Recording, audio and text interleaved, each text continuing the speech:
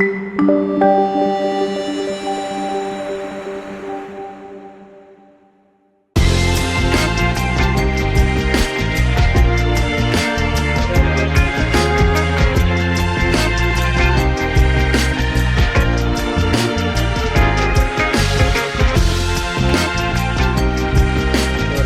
would have been easier to get to. Welcome to Caught on the Hook, where I help you recognize the bait. I am your host. I should have been matching. I am your host, Cortina Jackson, and I get a unique perspective in talking with this guest, who is very near and dear to my heart. My very own son. Hi, Peanut. Quay McConic. It's good Welcome to be to here. the show, Quay. I'm glad to be a part. Thank you for having me on here. Thank you so much for being here. And I did say that it's a unique perspective because it's a conversation between mom and son. That's right.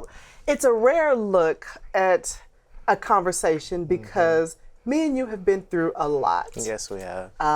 And we, thank you for making me laugh at that beginning because... I mean, what kind of son would I be if I didn't? We have often found that laughter has been the best medicine and got us through, a lot of traumatic times. I agree. So today we get to talk to you about some things that I may not even be aware of. This is kind of, the audience, you get a first look at this because there are going to be some things that are brought out that I've never heard before. So it's going to be a real reaction. But Quay, tell us about you, please. So I've always been, as you know, a silly, talkative, active kid. Growing up when I was young, I didn't really have any, no problems with walking up to strangers and starting a conversation out of the blue. Someone that I didn't even know, old, young, I had no problem reaching out to people because that was just how our hearts were. Coming up in our home, we were very centered around you, my aunt, and my grandfather and my grandmother. And we all had a very linked family with how we grew up as far as how our hearts were so loving and so open. But growing up at home, I knew there was a divide because we came from a separated home, and we stayed with you most of the time of our lives, laughing, joking, always trying to find the light in situations. But we would go to that center. I can't even remember the name of the center that we would go to. But as a kid, I thought it was just kind of like a boys and girls club where they had games, they had little cartoons going on the TV and things like that for kids to be entertained and watch. And then we would play for a while and have a good time. And I would realize that after about an hour or two, our dad would show up, and we were at that time taken to his house, and you would go your own way and do your thing. And that was kind of our time to have our visitation with our dad. But how dad was, he wasn't really he was loving, but he wasn't really attached. It seemed like he was new to having a kid in the home and being able to have children, me and my older brother. So it was just very disconnected when we were over there. You can tell it was very business-minded when we were there. He was in charge of the choir. He was a choir organizer. I can't even think of the name of it right now. A director. A choir director. And every time we were over there, he was there directing the choir, or he would have some kind of a Bible study that he was doing. And me and Shay, we would find a good way to entertain ourselves, whether it be running around on the church grounds, which we know is frowned upon. Granny would kill me. But, we would just try and make fun for ourselves. But we noticed every time it was time to get ready to see Dad, we would go to the center and we would be playing the games. And the board games started to get kind of redundant. There wasn't really any more joy in playing the games. The TV started playing reruns of things that we've already seen from our past visits, and it was like we would just be waiting, and the hours would just slowly tick by. It'd be 1 hour, we look up, we'd be playing, look back at Mom, she's still sitting there. 2 hours are going by. Pretty soon it started getting dark outside, and we're looking around and we're like, where's Dad, And he just never showed up that day. You know what I'm saying? Yeah. And, you know, you being the woman that you were, you've always been strong and very loving.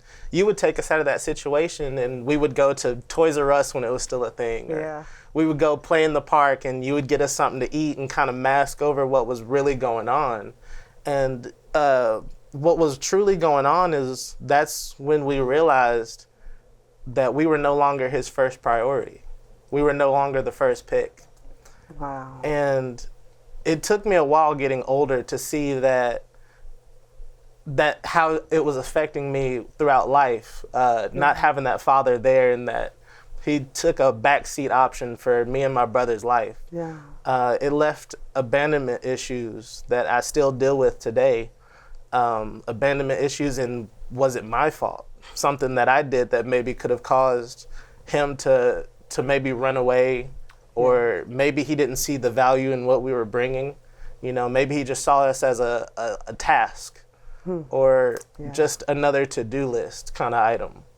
And in life, a son needs his father, because the father is someone where you get your goals from, your morals, not only in you know, your upbringing and your respect, but in relationships, in careers, and just in everyday struggles that you face. A man needs his father to show him what it is to be a man, and to promote, you know, confidence in everything you did. With us, we had you, that we are still blessed that we had you in the home, because sure, I didn't have my father with me, but you kept us so entertained with things that we were doing. We were always out going somewhere. But at the end of the day, I truly felt that I didn't have that respect or that responsibility in that role of manhood. Which is very important. And I think, you know, what's important to note, that as a mom, trying to protect that pain. And so in protecting the pain, knowing that he was an abusive man, I didn't want you all to know that he was as abusive as he was.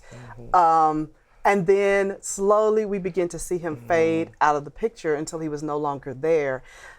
Trying to keep that from impacting you, it was a struggle. And so I tried my very best to be fun and be funny, which is why we're so silly at times. All the time. Knowing, you know, when y'all were little, that would be easy to mask that pain, because I could just be silly, but never understanding that you did feel what was going on.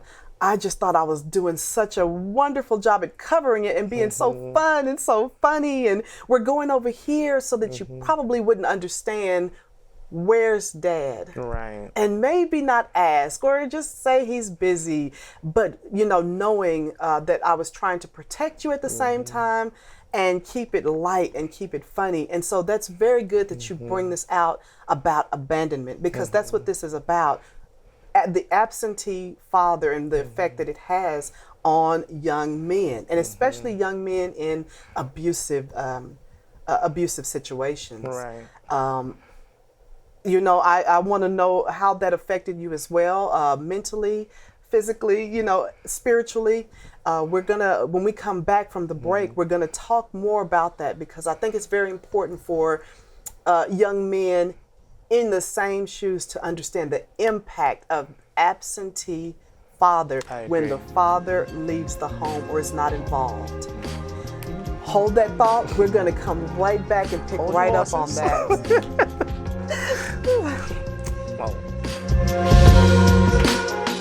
Did you know that most skincare products today have low-quality ingredients that can end up doing more harm than good? Sofiel's pure, natural ingredients hydrate, exfoliate, and nourish your skin. Most people see results in one application. Our patented skincare formula contains only the highest quality, natural, plant-based ingredients, so pure you can eat them. Your skin deserves the best. Go to shopsofiel.com and use code SOUL20 to save 20%. Get started today. Hey everybody, this is Tracy. If you're going through some stuff and you need some inspiration today, I want you to check out Fireside Chat with Zondra Television right here on Zondra TV.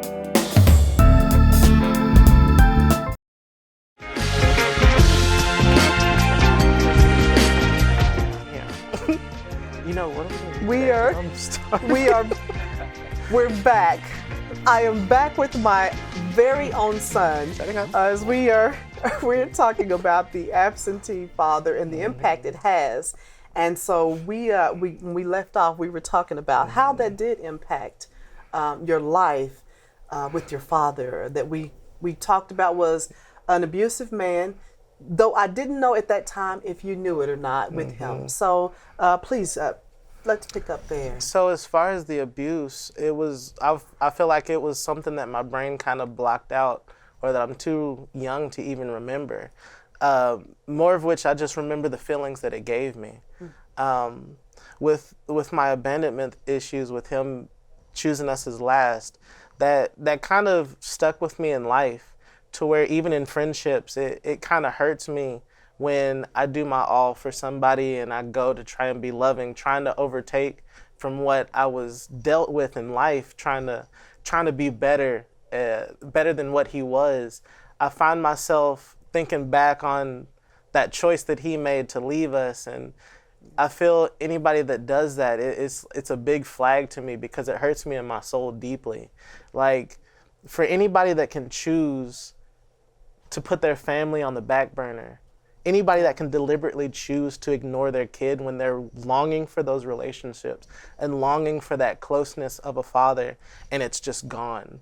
It leaves you in a state of having to look around in places where you probably shouldn't, relying on friends, relying on people that you don't even know all that well, just to get that sense of longing that you never got when you were a kid. And it leads to disaster. Very true.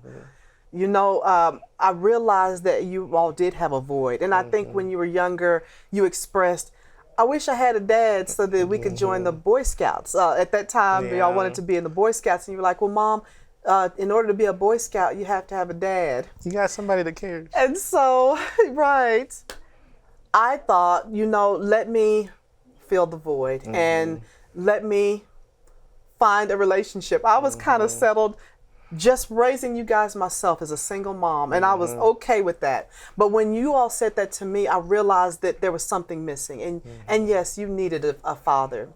And so I met a man who I would introduce into your life that I thought was strong, a strong leadership, a police officer at that. So it would be cool to say, my dad's a police officer. Thought that would be an awesome thing. But that became your stepfather. How did that go in your life? So from having an absentee father, somebody that was never there, the idea of having a dad, someone that was stable in our life, that would be there, someone that can take us out to the park, someone that we can enjoy in our little hobbies and things that we wanted to include him in. It was nice having that idea. And for the longest, my stepfather was that guy. He was very inclusive when we would go on sports, and he would take us out to different restaurants and things that we've never been to, the Gloria aspect of things. And through all this fun stuff, with the hurt, you quickly try to replace that, because it's a wound. It's an open wound that's just constantly bleeding. And you just want anything that can fill that wound and stop that blood from just leaking, Someone to love you. So with my stepfather, it was a quick mend for me, and I was so ready to forgive, because finally I had somebody that I can go and bond with, and we can go do sports. You can teach me how to fix a car and things like that. But what I didn't realize in us trying to fix ourselves, what we actually did was take a bomb and put it at the center of our family. Wow. And through all of our happiness and trying to recover, we ignored the signs. Every time he got angry or he got upset that we weren't doing things his way, it was just another second of that bomb ticking away. And we were too naive to even look at the timer to see it was us that it was going to affect. When did you realize something wasn't right? So there's always been times in the house that I felt there was tension, and it was always a time that he would go out and he would have his times of drinking his beers, and he would go hang with his guys, and when he came back, he was just different. The way he acted, it was like he completely shut us out. And there was a world that he existed in. And then we had this nice little box that we fit in right where he needed us, where we praised him, we loved him, we gave him our all. Anything that we did, even now, outside of having a little money and extra to do, we did for him. Yes. And come to find out, he was narcissistic. Everything he did had to be about himself. Yes. And if it didn't glorify himself, he was angry with it. He was very dismissive about feelings. Whenever you would come to him about emotions, like, hey, I'm not doing good in school, there's some kids picking on me, it was more a dismissive behavior, like, oh, toughen up, it's rub some dirt in it, you'll be fine. And there was no connect, no love, like a father should, to teach you what's going on. Instead, our environment became a hostile environment. Yeah. It became over time where we wouldn't say anything to him. We wouldn't talk to him. We wouldn't spend any time with him. And he ended up having to work out of town. So there would be times when he'd be in the house and he's punching holes in walls. And I remember distinctively I had an assignment that I didn't turn in from school. We're kids, we don't like doing schoolwork. And I ended up not turning in my paperwork and I got a 0. And he asked me why I didn't turn in the paperwork. And instead of a conversation where we could have, I could have told him what was going on, it became a fist fly. And it was the first time in my life I've ever been hit out of like an abusive, nature that I could recall of, and I was actively there. I was fearful for my life in these days because anytime I could get hit, I've been chased all around our house. I've been doing laps. Yeah. And with that kind of anger in the house, how we grew up with love and cherishing and just being there for somebody, it was a war zone. My older brother, someone that loves to laugh, very giggly, how we normally are, he began to change. He was more closed up and concealed because he didn't want to reach out his emotion. Yeah. And for me, having that abandonment from my father, I was still looking for that love. And I had a brick wall that I was talking to because he wasn't there as a father. Yeah. And then I had my older brother, but what I had from him, it was just remnants of what I saw him do, his behavior, how he got his friends. So it was a broken adaptation for me. Yes. And I feel like I never really got the corrective behavior on how I should have been as a teenager growing up, getting more responsibilities. And instead what I got was anger. Lots and lots of anger, hate, to the point where I started collecting knives and things like that. What had been building up inside of me while we were living with him was a hostile anger. Wow. And it really didn't develop until we found out he put hands on you. And it was at a time where we were out of town. I was going to Wisconsin, Platteville, we had gone for a semester and we had left. We were having a good time and we came back from that semester and we could see that even your heart had been broken and changed because you were more withheld. And every time he was in the room, it kind of made you more stiffened up and kind of away and secluded just so we can please him. We're going to stop right there because that's a great transition as we talk more about the abuse from a stepfather. And we'll be right back. Are you tired of hearing, "I love it, but it's not in my budget. I just can't afford it"? Let 133 Approved Funding give you the power to offer your clients multiple customer finance options. Have the resources to complete those big jobs and boost your high-end sales. With our simple one-page application, get results and your funding in as little as 2 minutes. Our team of qualified lenders allows you the power to lower your risk without discounting your products. Stop waiting. Visit 133getfunding.com and get started today. As a business consultant and a qualified counsellor, I have heard every possible scenario under the sun. Let's move away from what if and ask, what else can my business be doing to create real impact? Our personal fears prevent us from reaching our real destiny. We'll actually help you navigate through those obstacles to play the bigger game. Now is the time for you to recognize what outcome you want. Visit my website today.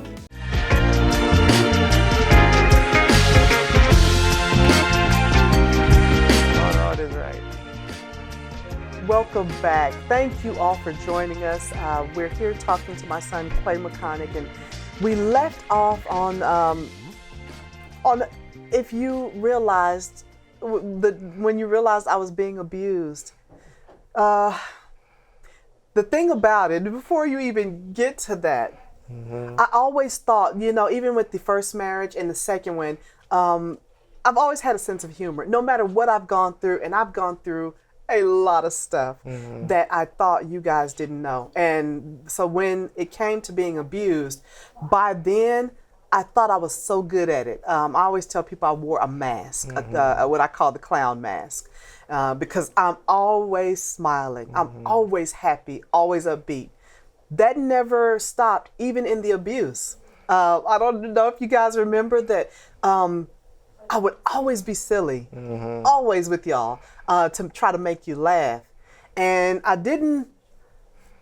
think when I was being abused the most was when I thought I was the funniest. That's when I really kicked it up a notch, and I would tell more jokes, more happiness, more things that y'all just thought, mom is silly. I thought I was covering it with laughter and funny but when did you realize that I was being abused? Well, it's a funny thing you say you had a mask, because you can still see that seam underneath a mask. And I feel like that's what was a telltale sign for me, because not only do you wear a mask, I do as well. And it was kind of my shield blocking out any type of trauma, anything that I didn't agree with, anything that spoke to my spirit in a way I didn't like. I'd be real quick to put on my mask. But what happens with a mask is you get used to what you see on the outside. And it doesn't always match what's on the inside, what's underneath that mask. Yes. And for you, I could always tell, because even though you were so funny and so giggly and just over the top with with things that you had us do, we were always out the house and running. But for me, it was in the quiet time when you didn't have to smile. That's when I saw it the most, because the only time that it seemed that you did smile was when you were making jokes at the time. And in the background, I could see the anger, the frustration, the confusion that you had at the end of the night, just trying to hold yourself up and just trying to make sure that we were okay. At this time, it was when we had, you had gotten us our PlayStation. So me and Shay had developed this whole world in our games that kind of gave me a way to escape. But in finding my own escape, I realized you didn't have yours. And as a kid that was going through, being physically hit, verbal abuse, being lied to, being left at home when I couldn't find a certain article of clothing in time, I would just get left at the house, and Shay and everybody would be gone having fun. So for me, I had my games, but you didn't have anything, because at the time we were your whole world. Everywhere that you wanted to go, we were there. And it was what we knew. We were always going somewhere. Yeah. But at the end of the day, you had to stay with him. Y'all stayed in the same room. Your smile started to fade. You started to become more boxed in, more kind of distant from the family. Like you were there and we could always reach out to you. You were never far from us. But it was like I couldn't get to the original mom that we had before the first marriage. And you could just feel that there was a disconnect in the love that was there. It was still powerful and bold and still rich. But it was just, you could feel that connection was gone. I must know, and it's going to be important to others, in me hiding it, did that help or did it hurt? I feel like it made it worse. Thank you for sharing that. Yeah, it made it worse, but not like an active worse. It became problematic over time, because for me, it never gave me an outlet to show how to deal with my emotion. Even now, I still struggle with it, where anytime I feel angry or I feel like I'm just about to lose my mind, I don't know what to do, instead of acting upon it, I just shell it in and I hold it. And what happens over time is we just become bombs of our own, just ghosts of a stepfather that should have been more. I tended to gravitate to his attitude because that's what was prominent to me. Yeah. That's the example that I was shown in the house. When you're angry, explode. But I knew deep down I didn't want to be like that, and I didn't want to be like him because as a kid, it terrified me. I couldn't even come to my house without having to check behind corners, look down hallways to make sure that I was safe in my own home. So it's just, it would have been better for me at least, being able to see that there was problems going on and finding a way to work through those problems together as a unit instead of trying to bottle it up and show me, you know, a good side of life, because in my mind, everything was fine. Everything was great. You did a fantastic job of that. Wow. And being that role model of just getting able to get back to being happy and just myself. But deep down, it took away my ability to deal with certain emotions. Wow. That's very impactful.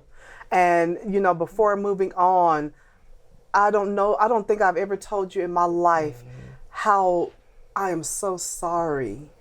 I am so sorry that I put you guys through this. I didn't just leave, you know, it wasn't just, I tried to just make it work for the benefit of y'all. Y'all were in good schools.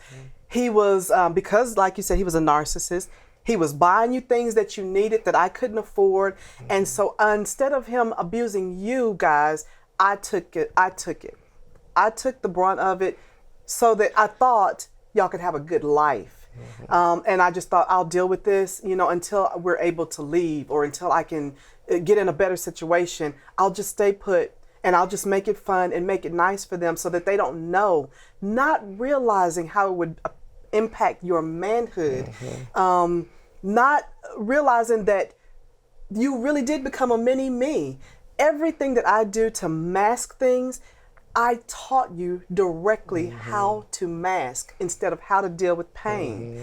And you know, we've had this this godly upbringing. God has been the forefront of our lives. So we always had God, and we always had laughter, and I always had a mask. And with those three things, I thought I could conquer this, but I couldn't. And it became very hard on me. So from the bottom of my heart, please forgive me.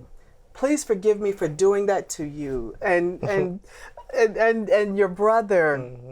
And thank y'all for being wonderful sons.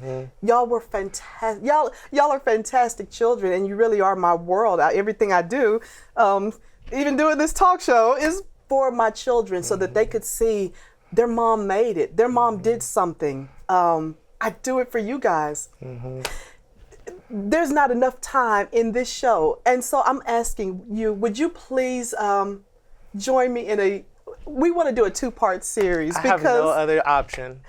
We're going to finish this because it's so very important for women, if you're in domestic violence, for young men, if you have a father that's not in the home or that you've been impacted by abuse or trauma, it's very important to have these conversations. Moms, you need to have these conversations, not bottle it up, not think it's going to go away, not talk about it, not deal with it, because young boys become young men who become fathers, and it just goes on and on. And so when we're not dealing with it, this is the impact.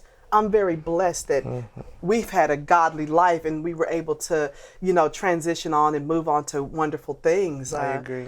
Thank God for that. But what would you say to young men? We have a little time left, and we're gonna finish this. So if you don't finish, we're gonna come right back. Any lasting? Take these last 30 seconds to speak to the young men out there. If anything that I had to say, there is hope. There are people out there that have your well-being in mind. You don't have to believe that what you saw is only that you have for yourself. There is hope at the end of the tunnel.